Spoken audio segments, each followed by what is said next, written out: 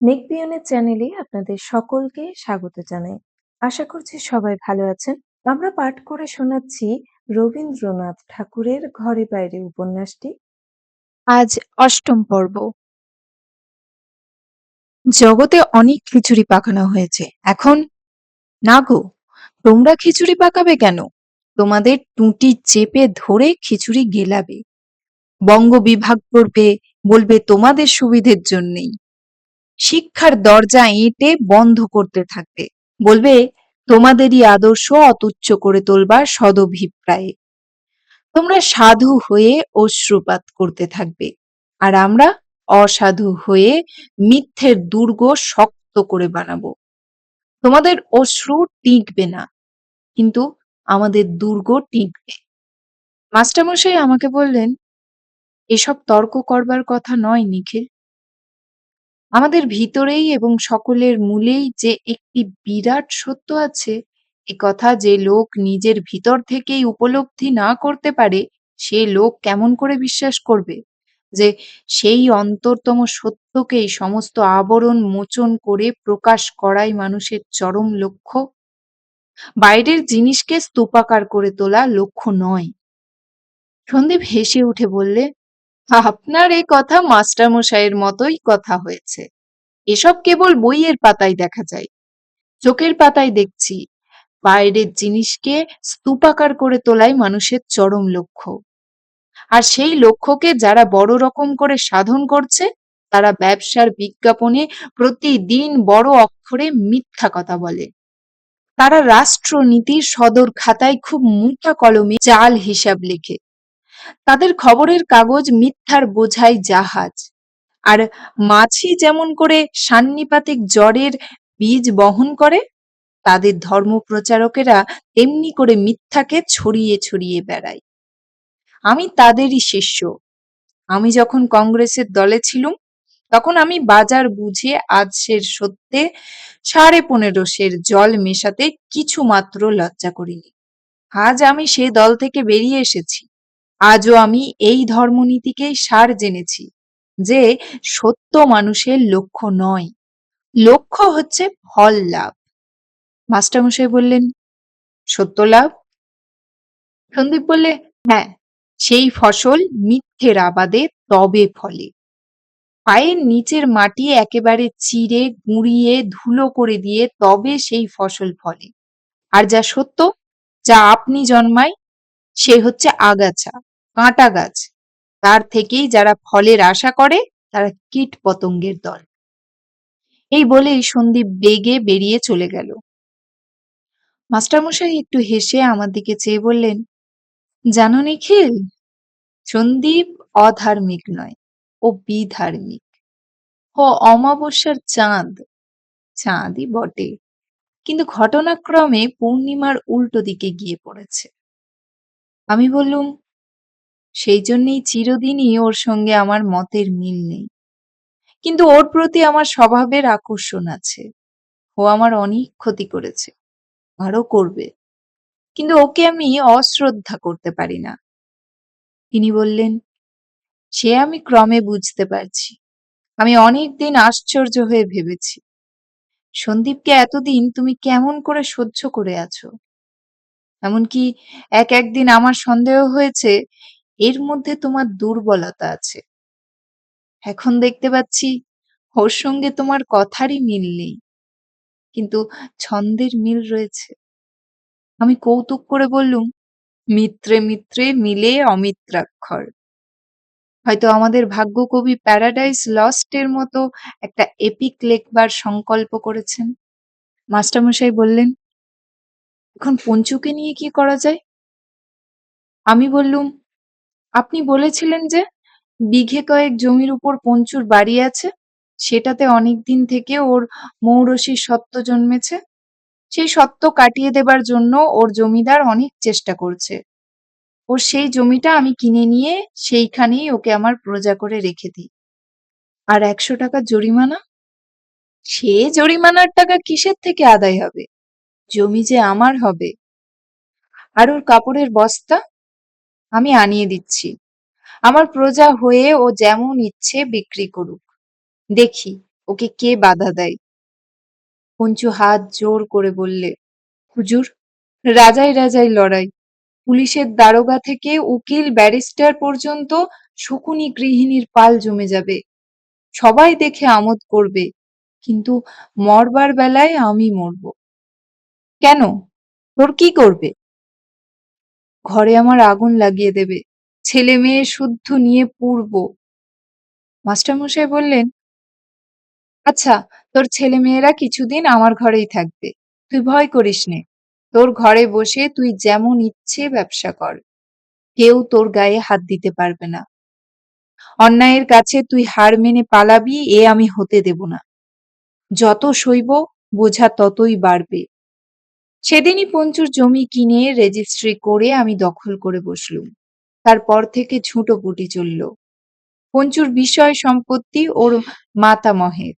পঞ্চু ছাড়া ওর ওয়ারিশ কেউ ছিল না, এই কথাই সকলের জানা। হঠাৎ কোথা থেকে এক মামি এসে জুটে জীবন সত্ত্বের দাবি করে তার পুঁটুলি, তার প্যাটরা, হরিনামের ঝুলি এবং প্রাপ্তবয়স্ক একটি বিধবা ভাইঝি নিয়ে পঞ্চুর ঘরের মধ্যে উপস্থিত। পঞ্চু অবাক হয়ে বললে, আমার মামি তো বহুকাল হলো মারা গেছে। তার উত্তর, প্রথম পক্ষের মামি মারা গেছে বটে, কিন্তু দ্বিতীয় পক্ষের অভাব হয়নি। কিন্তু মামার মৃত্যুর অনেক পরে যে মামি মরেছে, দ্বিতীয় পক্ষের তো সময় ছিল না। স্ত্রীলোকটি স্বীকার করলে দ্বিতীয় পক্ষটি মৃত্যুর পরের নয়, মৃত্যুর পূর্বের। সতীনের ঘর করবার ভয়ে বাপের বাড়ি ছিল। স্বামীর মৃত্যুর পরে প্রবল বৈরাগ্যে সে বৃন্দাবনে চলে যায়। কুণ্ডু জমিদারের আমলারা এসব কথা কেউ কেউ জানে, বোধ করি প্রজাদেরও কারো কারো জানা আছে। আর জমিদার যদি জোরে হাঁক দেয়, তবে বিবাহের সময়ে যারা নিমন্ত্রণ খেয়েছিল তারাও বেরিয়ে আসতে পারে। সেদিন দুপুরবেলা পঞ্চুর এই দুগ্রহ নিয়ে আমি যখন খুব ব্যস্ত আছি, এমন সময় অন্তঃপুর থেকে বিমলা আমাকে ডেকে পাঠালেন। আমি চমকে উঠলুম। জিজ্ঞাসা করলুম, কে ডেকেছে? বললে, রানীমা। বড় রানীমা? না, ছোট রানীমা। ছোট রানী? মনে হলো 100 বছর ছোট রানী আমাকে ডাকেনি। বৈঠকখানা ঘরে সবাইকে বসিয়ে রেখে আমি অন্তঃপুরে চললুম। শোবার ঘরে বিমলাকে দেখে আরো আশ্চর্য হলুম। যখন দেখা গেল সর্বাঙ্গে বেশি নয়, অথচ বেশ একটু সাজের আভাস আছে। কিছুদিন এই ঘরটার মধ্যেও যত্নের লক্ষণ দেখিনি। সব এমন এলোমেলো হয়ে গিয়েছিল যে মনে হতো যেন ঘরটা শুদ্ধ অন্যমনস্ক হয়ে গেছে।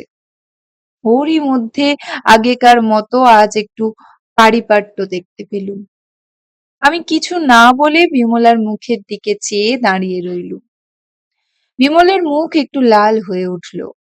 সে ডান হাত দিয়ে তার বাঁ হাতের বালা দ্রুত বেগে ঘোরাতে ঘোরাতে বললে, দেখো, সমস্ত বাংলাদেশের মধ্যে কেবল আমাদের এই হাটটার মধ্যেই বিলিতি কাপড় আসছে। এটা কি ভালো হচ্ছে? আমি জিজ্ঞাসা করলুম, কি করলে ভালো হয়? ওই জিনিসগুলো বের করে দিতে বলো না। জিনিসগুলো তো আমার নয়। কিন্তু হাট তো তোমার। হাট আমার চেয়ে তাদের অনেক বেশি যারা ওই হাটে জিনিস কিনতে আসে। তারা দেশি জিনিস কিনুক না। যদি কেনে তো আমি খুশি হব, কিন্তু যদি না কেনে? সে কি কথা? ওদের এত বড় আস্পর্ধা হবে? তুমি হলে, আমার সময় অল্প, এ নিয়ে তর্ক করে কি হবে? আমি অত্যাচার করতে পারবো না। অত্যাচার তো তোমার নিজের জন্য নয়, দেশের জন্যে।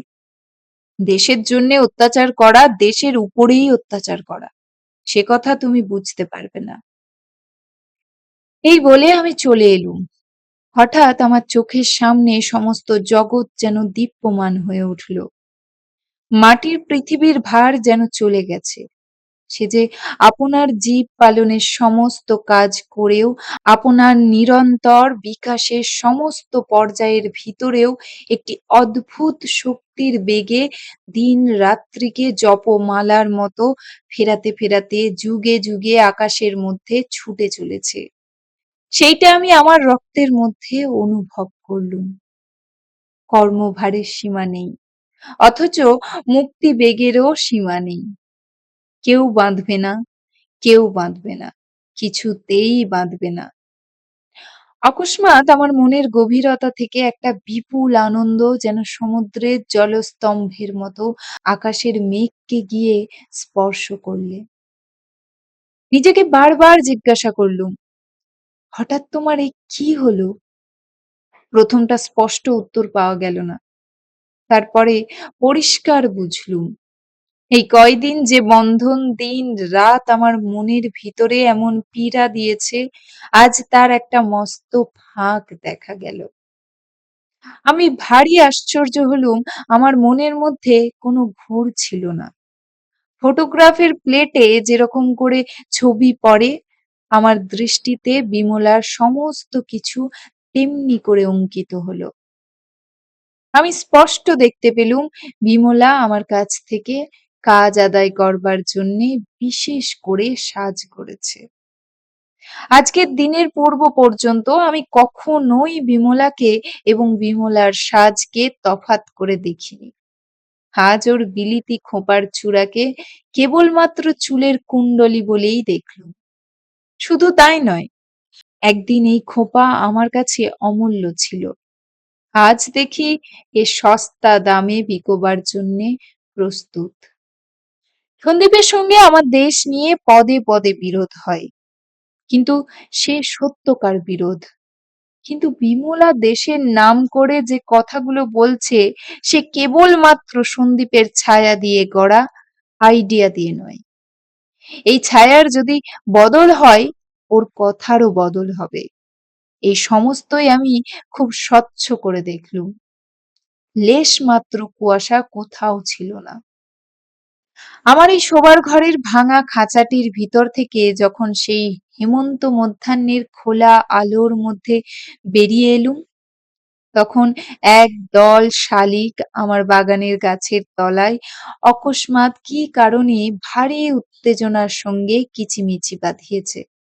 বারান্দার সামনে দক্ষিণে খোয়া ফেলা রাস্তার দুই ধারে সারি সারি কাঞ্চন গাছ অজস্র গোলাপি ফুলের মুখরতায় আকাশকে অভিভূত করে দিয়েছে। অদূরে মেঠো পথের প্রান্তে শূন্য গরুর গাড়ি আকাশে পুচ্ছ তুলে মুখ থুবড়ে পড়ে আছে। তারই বন্ধনমুক্ত জোড়া গরুর মধ্যে একটা ঘাস খাচ্ছে, আর একটা রৌদ্রে শুয়ে পড়ে আছে, আর তার পিঠের উপর একটা কাক শূকর মেরে মেরে কীট উদ্ধার করছে। আরামে গরুটার চোখ বুজে এসেছে। আজ আমার মনে হলো বিশ্বের এই যা কিছু খুব সহজ অথচ অত্যন্ত বৃহৎ, আমি তারই স্পন্দিত বক্ষের খুব কাছে এসে বসেছি। তারই আত্মপ্ত নিঃশ্বাস ওই কাঞ্চন ফুলের গন্ধের সঙ্গে মিশে আমার হৃদয়ের উপরে এসে পড়েছে। আমার মনে হলো আমি আছি এবং সমস্তই আছে। এই দুইয়ে মিলে আকাশ জুড়ে যে সঙ্গীত বাজছে, সে কি উদার, কি গভীর, কি অনির্বচনীয় সুন্দর। তারপরে মনে পড়ল দারিদ্র এবং চাতুরীর ফাঁকে আটকা পড়া পঞ্চু। সেই পঞ্চুকে যেন দেখলুম আজ হেমন্তের রৌদ্রে বাংলার সমস্ত উদাস মাঠ পাট জুড়ে ওই গরুটার মতো চোখ বুজে পড়ে আছে, কিন্তু আরামে নয়, ক্লান্তিতে, ব্যাধিতে, উপবাসে। সে যেন বাংলার সমস্ত গরিব রায়তের প্রতিমূর্তি। দেখতে পেলুম পরম আচারনিষ্ঠ ফোঁটা কাটা স্থূলতনু হরিশকুণ্ড। সেও ছোট নয়, সেও বিরাট। সে যেন বাঁশবনের তলায় বহুকালের বদ্ধ পচা দিঘির উপর বেলা সবুজ একটা অখণ্ড স্বরের মতো এপার থেকে ওপার পর্যন্ত বিস্তৃত হয়ে ক্ষণে ক্ষণে বিষ বুদবুদ উদ্গার করছে। যে প্রকাণ্ড তামসিকতা, একদিকে উপবাসে কৃশ, অজ্ঞানে অন্ধ, অবসাদে জীর্ণ, আরেকদিকে মুমূর্ষ রক্ত শোষণে স্ফীত হয়ে আপনার অবিচলিত জড়ত্বের তলায় ধরিত্রীকে পীড়িত করে পড়ে আছে। শেষ পর্যন্ত তার সঙ্গে লড়াই করতে হবে। এই কাজটা মুলতবি হয়ে পড়ে রয়েছে শত শত বৎসর ধরে। আমার মোহ ঘুচুক, আমার আবরণ কেটে যাক, আমার পৌরুষ অন্তপুরের স্বপ্নের জালে ব্যর্থ হয়ে জড়িয়ে পড়ে থাকে না যেন। আমরা পুরুষ, মুক্তিই আমাদের সাধনা। আইডিয়ালের ডাক শুনে আমরা সামনের দিকে ছুটে চলে যাব। দৈত্যপুরীর দেয়াল ডিঙিয়ে বন্দিনী লক্ষ্মীকে আমাদের উদ্ধার করে আনতে হবে। যে মেয়ে তার নিপুণ হাতে আমাদের সেই অভিযানের জয় পতাকা তৈরি করে দিচ্ছে, সেই আমাদের সহধর্মিণী। আর ঘরের কোণে যে আমাদের মায়াজাল বুনছে, তার ছদ্মবেশ ছিন্ন করে তার মোহমুক্ত সত্যকার পরিচয় যেন আমরা পাই। তাকে আমাদের নিজেরই কামনার রসে রঙে অপ্সরী সাজিয়ে তুলে যেন নিজের তপস্যা ভঙ্গ করতে না পাঠাই। আজ আমার মনে হচ্ছে আমার জয় হবে। আমি সহজের রাস্তায় দাঁড়িয়েছি। সহজ চোখে সব দেখছি। আমি মুক্তি পেয়েছি। আমি মুক্তি দিলুম। যেখানে আমার কাজ, সেখানেই আমার উদ্ধার। আমি জানি বেদনায় বুকের নাড়িগুলা আবার একদিন টনটন করে উঠবে। কিন্তু সেই বেদনাকেও আমি এবার চিনে নিয়েছি। তাকে আমি শ্রদ্ধা করতে পারবো না। আমি জানি যে কেবলমাত্রই আমার, তার দাম কিসের? যে দুঃখ বিশ্বের, সেই তো আমার গলার হার হবে। হে সত্য, বাঁচাও, আমাকে বাঁচাও। কিছুতেই আমাকে ফিরে যেতে দিও না ছলনার ছদ্ম স্বর্গলোকে। আমাকে একলা পথের পথিক যদি করো, সে পথ তোমারই পথ হোক। আমার হৃৎপিণ্ডের মধ্যে তোমার জয় ভেরি বেজেছে আজ। সন্দীপের আত্মকথা। সেদিন অশ্রুজলের বাঁধ ভাঙে আর কি। আমাকে বিমলা ডাকিয়ে আনলে, কিন্তু খানিকক্ষণ তার মুখ দিয়ে কথা বের হলো না। তার দুই চোখ ঝকঝক করতে লাগলো। বুঝলুম নিখিলের কাছে কোনো ফল পায়নি। যেমন করে হোক ফল পাবে সেই অহংকার ওর মনে ছিল, কিন্তু সে আশা আমার মনে ছিল না। পুরুষেরা যেখানে দুর্বল, মেয়েরা সেখানে তাদের খুব ভালো করেই চেনে। কিন্তু পুরুষেরা যেখানে খাঁটি পুরুষ, মেয়েরা সেখানকার রহস্য ঠিক ভেদ করতে পারে না। আসল কথা, পুরুষ মেয়ের কাছে রহস্য, আর মেয়ে পুরুষের কাছে রহস্য। এই যদি না হবে, তাহলে এই দুটো জাতের ভেদ জিনিসটা প্রকৃতির পক্ষে নেহাত একটা অপব্যয় হতো। অভিমান, যেটা দরকার সেটা ঘটলো না কেন সেই হিসেব মনে নেই, কিন্তু আমি যেটা মুখ ফুটে চাইলুম সেটা কেন ঘটলো না, এইটেই হলো খেদ। ওদের ওই আমির দাবিটাকে নিয়ে যে কত রং, কত ভঙ্গি, কত কান্না, কত ছল, কত হাব ভাব, তার আর অন্ত নেই। ওইটেতেই তো ওদের মাধুর্য। ওরা আমাদের চেয়ে ঢের বেশি ব্যক্তিবিশেষ। আমাদের যখন বিধাতা তৈরি করেছিলেন, তখন ছিলেন তিনি স্কুল মাস্টার। তখন তার ঝুলিতে কেবল পুঁথি আর তত্ত্ব, আর ওদের বেলা তিনি মাস্টারিতে জবাব দিয়ে হয়ে উঠেছেন আর্টিস্ট। তখন তুলি আর রঙের বাক্স। তাই সেই অশ্রুভরা অভিমানের রক্তিমায় যখন বিমলা সূর্যাস্তের দিগন্ত রেখায় একখানি জল ভরা, আগুন ভরা রাঙা মেঘের মতো নিঃশব্দে দাঁড়িয়ে রইল, সে আমার ভারী মিষ্টি দেখতে লাগলো। আমি খুব কাছে গিয়ে তার হাত চেপে ধরলুম। সে হাত ছাড়িয়ে নিলে না, থরথর করে কেঁপে উঠল। বললুম, মক্ষী, আমরা দুজনে সহযোগী, আমাদের এক লক্ষ্য। বসো তুমি। এই বলে বিমলাকে একটা চৌকিতে বসিয়ে দিলুম। আশ্চর্য, এতখানি বেগ কেবল এইটুকুতে এসে ঠেকে গেল। বর্ষার যে পদ্মা ভাঙতে ভাঙতে ডাকতে ডাকতে আসছে, মনে হয় সামনে কিছু আর রাখবে না, সে হঠাৎ একটা জায়গায় যেন বিনা কারণে তার ভাঙনের সোজা লাইন ছেড়ে একেবারে এপার থেকে ওপারে চলে গেল। তার তলার দিকে কোথায় কি বাধা লুকিয়েছিল মকর বাহিনী নিজেও তা জানত না। আমি বিমলার হাত চেপে ধরলুম। আমার দেহবিনার ছোট বড় সমস্ত তার ভিতরে ভিতরে ঝংকার দিয়ে উঠল। কিন্তু ওই আস্থাইতেই কেন থেমে গেল? অন্তরা পর্যন্ত কেন পৌঁছলো না? বুঝতে পারলুম জীবনের স্রোতপথের গভীরতম তলাটা বহু কালের গতি দিয়ে তৈরি হয়ে গেছে। ইচ্ছার বন্যা যখন প্রবল হয়ে বয়, তখন সেই তলার পথটাকে কোথাও বা ভাঙে, আবার কোথাও বা এসে ঠেকে যায়। ভিতরে একটা সংকোচ কোথাও রয়ে গেছে। সেটা কি?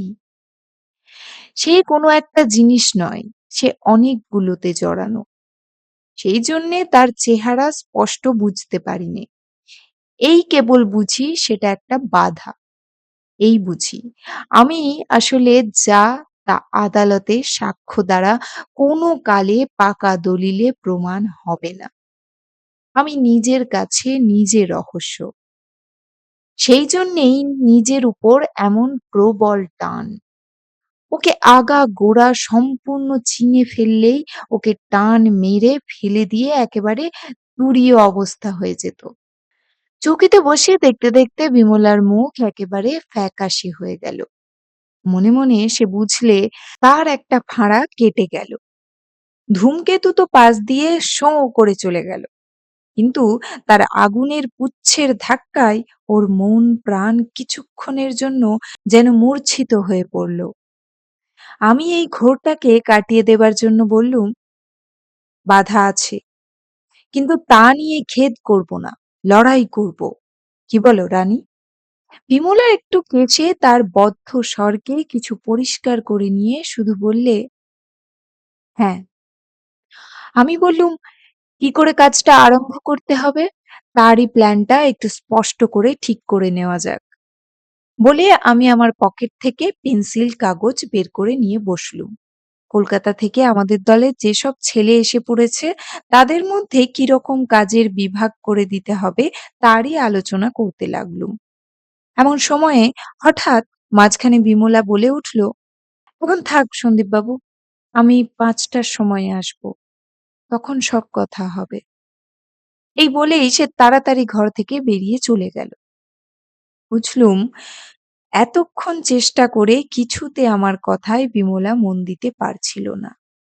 নিজের মনটাকে নিয়ে এখন কিছুক্ষণ ওর একলা থাকা চাই। হয়তো বিছানায় পড়ে ওকে কাঁদতে হবে।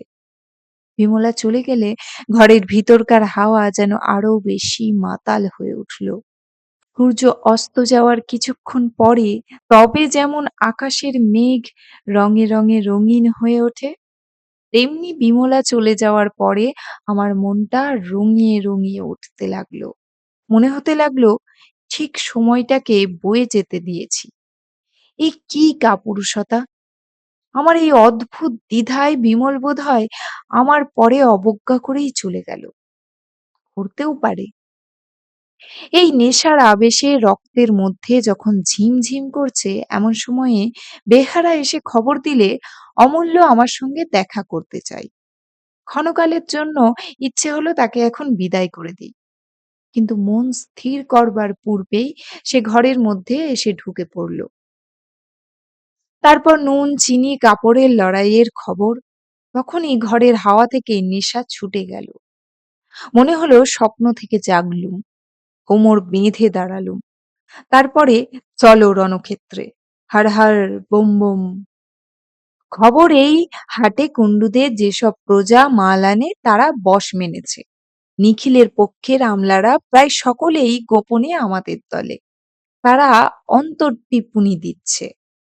মারোয়ারিরা বলছে আমাদের কাছ থেকে কিছু দণ্ড নিয়ে বিলিতি কাপড় বেচতে দিন, নইলে ফতুর হয়ে যাব। মুসলমানেরা কিছুতেই বাগ মানছে না।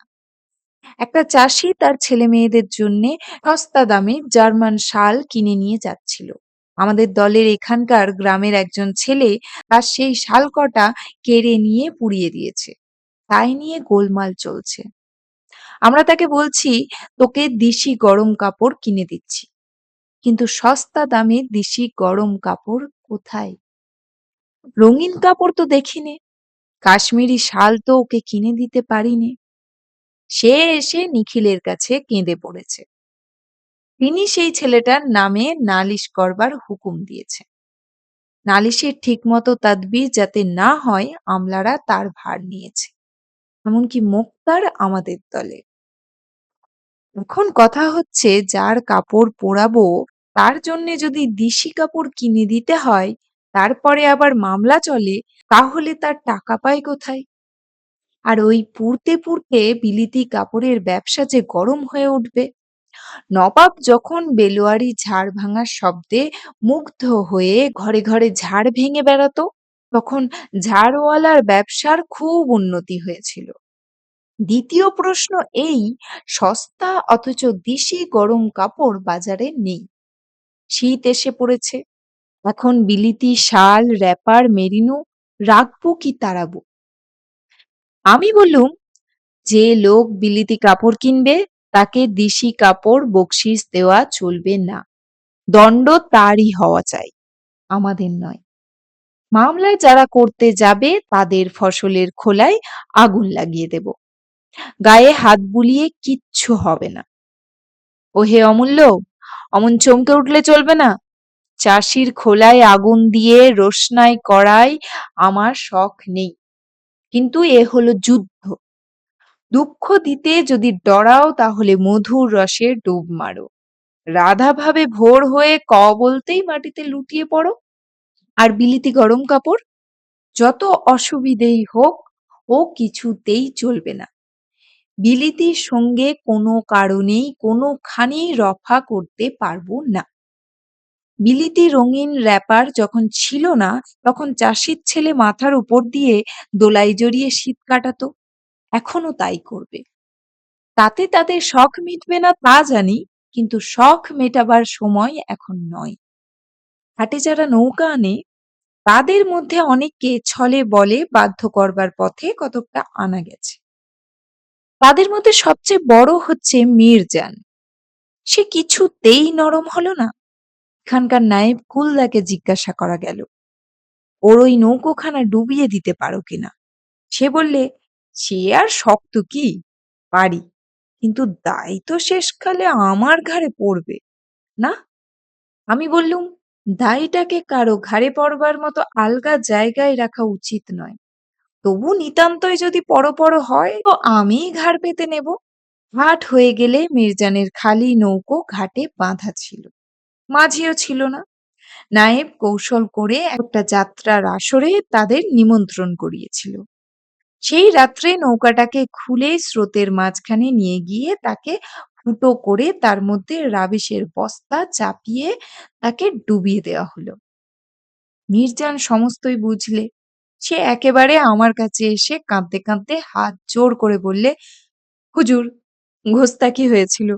এখন আমি বললুম, এখন সেটা এমন স্পষ্ট করে বুঝতে পারলে কি করে?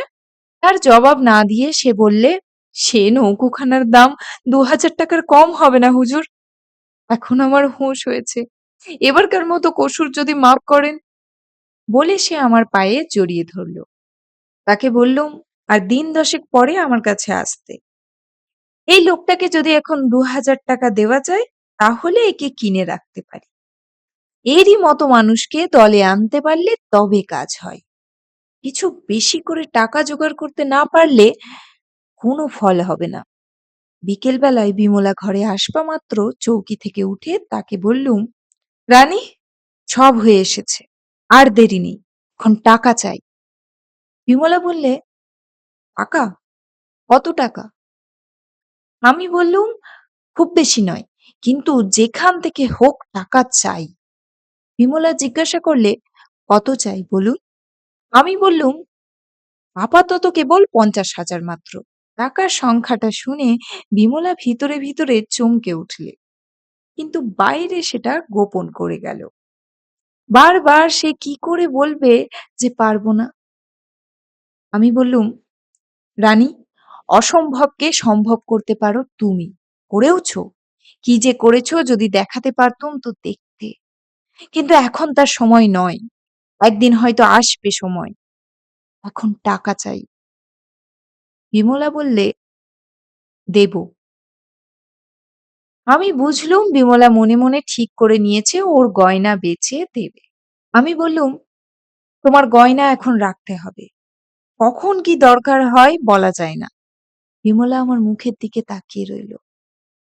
আমি বললুম, তোমার স্বামীর টাকা থেকে এই টাকা দিতে হবে। বিমলা আরো স্তম্ভিত হয়ে গেল।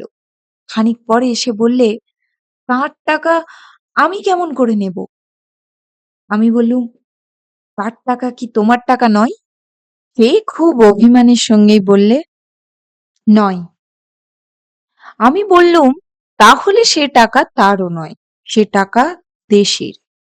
দেশের যখন প্রয়োজন আছে তখন এ টাকা নিখিল দেশের কাছ থেকে চুরি করে রেখেছে। বিমলা বললে, আমি সে টাকা পাবো কি করে? যেমন করে হোক তুমি সে পারবে। যার টাকা তুমি তার কাছে এনে দেবে। বন্দে মাতরম, বন্দে মাতরম, এই মন্ত্রে আজ লোহার সিন্ধুকের দরজা খুলবে, ভান্ডার ঘরের প্রাচীর খুলবে। আর যারা ধর্মের নাম করে সেই মহাশক্তিকে মানে না তাদের হৃদয় বিদীর্ণ হয়ে যাবে। মক্ষী, বলো, বন্দে মাতরম, বন্দে মাতরম। আমরা পুরুষ, আমরা রাজা, আমরা খাজনা নেব। আমরা পৃথিবীতে এসে অবধি পৃথিবীকে লুট করছি। আমরা যতই তার কাছে দাবি করেছি ততই সে আমাদের বশ মেনেছে। আমরা পুরুষ আদিকাল থেকে ফল পেরেছি, গাছ কেটেছি, মাটি খুঁড়েছি, পশু মেরেছি, পাখি মেরেছি, মাছ মেরেছি, সমুদ্রের তলা থেকে, মাটির নিচে থেকে, মৃত্যুর মুখের থেকে আদায় আদায় আমরা কেবলই আদায় করে এসেছি। আমরা সেই পুরুষ জাত। বিধাতার ভাণ্ডারের কোনো লোহার সিন্দুককে আমরা রেয়াত করি না। আমরা ভেঙেছি আর কেড়েছি। এই পুরুষের দাবি মেটানোই হচ্ছে ধরণীর আনন্দ। দিন রাত সেই অন্তহীন দাবি মেটাতে মেটাতেই পৃথিবী উর্বরা হয়েছে, সুন্দরী হয়েছে, সার্থক হয়েছে। নইলে জঙ্গলের মধ্যে ঢাকা পড়ে সে আপনাকে আপনি জানত না।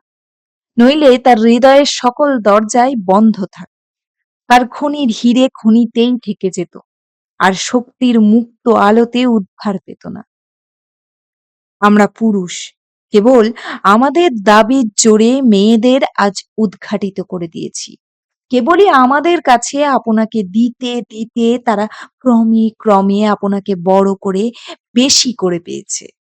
তারা তাদের সমস্ত সুখের হিরে এবং দুঃখের মুক্ত আমাদের রাজকোষে জমা করে দিতে গিয়েই তবে তার সন্ধান পেয়েছে।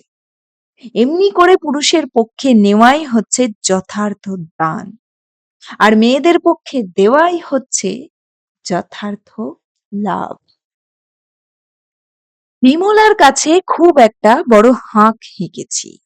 মনের ধর্মই নাকি আপনার সঙ্গে না হক ঝগড়া করা। তাই প্রথমটা একটা খটকা লেগেছিল। মনে হয়েছিল এটা বড় বেশি কঠিন হলো। একবার ভাবলুম ওকে ডেকে বলি, না, তোমার এসব ঝঞ্ঝাটে গিয়ে কাজ নেই। তোমার জীবনে কেন এমন অশান্তি এনে দেব? ক্ষণকালের জন্য ভুলে গিয়েছিলুম পুরুষ জাত এই জন্যেই তো সকর্মক। আমরা অকর্মকদের মধ্যে ঝঞ্ঝাট বাঁধিয়ে অশান্তি ঘটিয়ে তাদের অস্তিত্বকে সার্থক করে তুলব যে। আমরা আজ পর্যন্ত মেয়েদের যদি কাঁদিয়ে না আসতুম তাহলে তাদের দুঃখের ঐশ্বর্য ভাণ্ডারের দরজা যে আঁটাই থাকতো। পুরুষ যে ত্রিভুবনকে কাঁদিয়ে ধন্য করবার জন্যে, নইলে তার হাত এমন সবল, তার মুঠো এমন শক্ত হবে কেন? বিমলার অন্তরাত্মা চাইছে যে আমি সন্দীপ তার কাছে খুব বড় দাবি করব, তাকে মরতে ডাক দেব। এ না হলে সে খুশি হবে কেন? এতদিন সে ভালো করে কাঁদতে পায়নি বলেই তো আমার পথ চেয়ে বসেছিল। এতদিন সে কেবলমাত্র সুখে ছিল, তাই বলেই তো আমাকে দেখবা মাত্র তার হৃদয়ের দিগন্তে দুঃখের নববর্ষা একেবারে নীল হয়ে ঘনিয়ে এলো। আমি যদি দয়া করে তার কান্না থামাতেই চাই, তাহলে জগতে আমার দরকার ছিল কি? আসলে আমার মনের মধ্যে যে একটুখানি খটকা বেঁধেছিল তার প্রধান কারণ এটা যে টাকার দাবি। টাকা জিনিসটা যে পুরুষ মানুষের, ওটা চাইতে যাওয়ার মধ্যে একটু ভিক্ষুকতা এসে পড়ে। সেই জন্যেই টাকার অঙ্কটাকে বড় করতে হলো। এক আধ হাজার হলে সেটাতে অত্যন্ত চুরির গন্ধ থাকে, কিন্তু ৫০,০০০টা হলো ডাকাতি। তাছাড়া আমার খুব ধনী হওয়া উচিত ছিল। এতদিন কেবলমাত্র টাকার অভাবে আমার অনেক ইচ্ছা পদে পদে ঠেকে গেছে। এটা আর যাকে হোক, আমাকে কিছুতেই শোভা পায় না। আমার ভাগ্যের পক্ষে এটা অন্যায় যদি হতো, তাকে মাপ করতুম। কিন্তু এটা রুচি বিরুদ্ধ, সুতরাং অমার্জনীয়। বাসা ভাড়া করলে মাসে মাসে আমি যে তার ভাড়ার জন্যে মাথায় হাত দিয়ে ভাববো, আর রেলে চাপবার সময় অনেক চিন্তা করে টাকার থলি টিপে টিপে ইন্টারমিডিয়েটের টিকিট কিনবো, এটা আমার মতো মানুষের পক্ষে তো দুঃখকর নয়, হাস্যকর। আমি বেশ দেখতে পাই নিখিলের মতো মানুষের পক্ষে পৈতৃক সম্পত্তিটা বাহুল্য। এ গরিব হলে ওকে কিছুই বেমানান হতো না। তাহলে ও অনায়াসে অকিঞ্চনতার স্যাঁকড়া গাড়িতে ওর চন্দ্রমাস্টারের জুড়ি হতে পারত। আমি জীবনে অন্তত একবার ৫০,০০০ হাতে নিয়ে নিজের আরামে এবং দেশের প্রয়োজনে দুদিনে সেটা উড়িয়ে দিতে চাই। আমি আমির। আমার এই গরিবের ছদ্মবেশটা এই দুদিনের জন্যেও ঘুচিয়ে একবার আয়নায় আপনাকে দেখে নিই, এই আমার একটা শখ আছে। কিন্তু বিমলা ৫০,০০০ নাগাল সহজে কোথাও পাবে বলে আমার বিশ্বাস হয় না। হয়তো শেষকালে সেই ২-৪ হাজারেই ঠেকবে। তাই সই। অর্ধাং তজ্জতি পণ্ডিত বলেছে।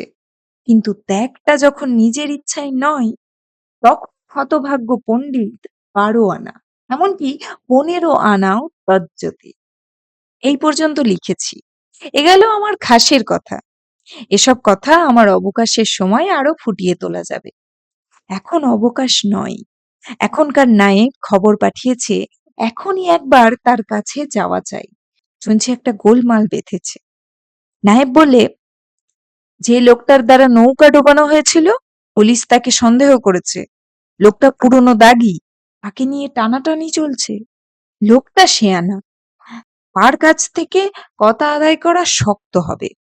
কিন্তু বলা যায় কি, বিশেষত নিখিল রেগে রয়েছে। নায়েব স্পষ্টত কিছু করতে পারবে না। নায়েব আমাকে বললে, দেখুন, আমাকে যদি বিপদে পড়তে হয়, আমি আপনাকে ছাড়বো না। আমি জিজ্ঞাসা করলুম, আমাকে যে জড়াবে তার ফাঁস কোথায়? নায়েব বললে, আপনার লেখা একখানা আর অমূল্যবাবুর লেখা ৩ খানা চিঠি আমার কাছে আছে। এখন বুঝছি, যে চিঠিখানা লিখে নায়েব আমার কাছ থেকে জবাব আদায় করে রেখেছিল, সেটা এই কারণেই জরুরি। তার আর কোনো প্রয়োজন ছিল না। এসব চাল নূতন শেখা যাচ্ছে।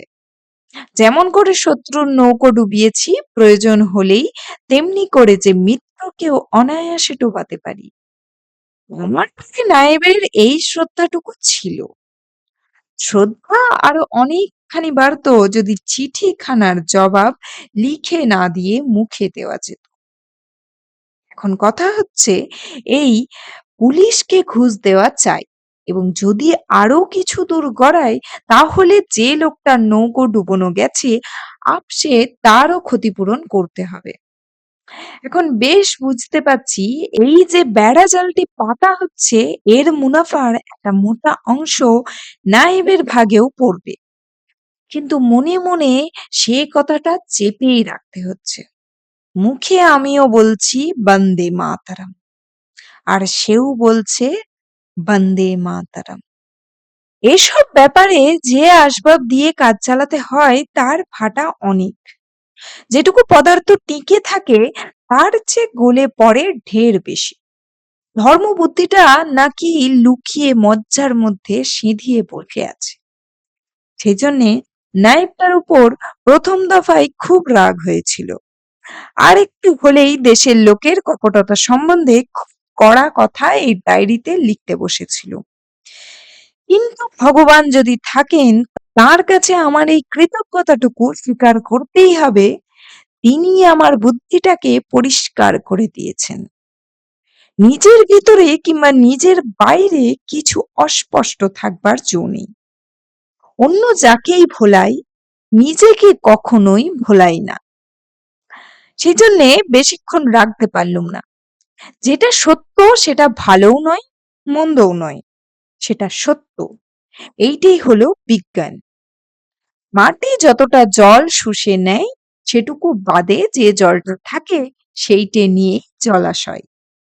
বন্দে মাতারামের নিচের তলার মাটিতে খানিকটা জল শুষবে, সে জল আমিও শুষব, ওই নায়েবেও শুষবে। তারপরেও যেটা থাকবে সেইটাই হলো বন্দে মাতারাম। একে কপটতা বলে গাল দিতে পারি, কিন্তু এটা সত্য, একে মানতে হবে। পৃথিবীর সকল বড় কাজেরই তলায় একটা স্তর জমে, যেটা যেটা কেবল পাক। মহাসমুদ্রের নিচেও সেটা আছে। তাই বড় কাজ করবার সময় এই পাকের দাবির হিসেবটি ধরা চাই। অতএব নায়েব কিছু নেবে এবং আমারও কিছু প্রয়োজন আছে। সেই প্রয়োজনটা বড় প্রয়োজনের অন্তর্গত। কারণ ঘোড়াই কেবল দানা খাবে তা নয়, চাকাতেও কিছু তেল দিতে হবে। যাই হোক, টাকা চাই। 50,000-এর জন্য সবুর করলে চলবে না। এখনই যা পাওয়া যায় তাই সংগ্রহ করতে হবে। আমি জানি এই সমস্ত জরুর যখন তাগিদ করে, আখেরকে তখন ভাসিয়ে দিতে হয়। আজকের দিনের 5,000 পরশু দিনের 50,000-এর অঙ্কুর মুড়িয়ে খাই। আমি তো তাই নিখিলকে বলি, যারা ত্যাগের রাস্তায় চলে তাদের লোভকে দমন করতেই হয় না। যারা লোভের রাস্তায় চলে, পদে পদে তাদের লোভকে ত্যাগ করতে হয়। 50,000-কে আমি ত্যাগ করলুম, নিখিলের মাস্টার মশাই চন্দ্রবাবুকে তা ত্যাগ করতে হয় না। 6টা যে রিপু আছে, তার মধ্যে প্রথম দুটো এবং শেষ দুটো হচ্ছে পুরুষের, আর মাঝখানের দুটো হচ্ছে কাপুরুষের। কামনা করব, কিন্তু লোভ থাকবে না, মোহ থাকবে না। তা থাকলেই কামনা হলো মাটি। মোহ জিনিসটা থাকে অতীতকে আর ভবিষ্যৎকে জড়িয়ে। বর্তমানকে পথ ভোলাবার ওস্তাদ হচ্ছে তারা। এখনই যেটা দরকার সেটাতে যারা মন দিতে পারেনি, যারা অন্য কালের বাঁশি শুনছে, তারা বিরোহিনী শকুন্তলার মতো। কাছের অতিথির হাঁক তারা শুনতে পায় না, সেই শাপে দূরের যে অতিথিকে তারা মুগ্ধ হয়ে কামনা করে তাকে হারায়। যারা কামনার তপস্বী, তাদেরই জন্যে মোহ মুদগর। কাতব কান্তা কাস্তে পুত্র। আপনারা এতক্ষণ শুনছিলেন রবীন্দ্রনাথ ঠাকুরের ঘরে বাইরে।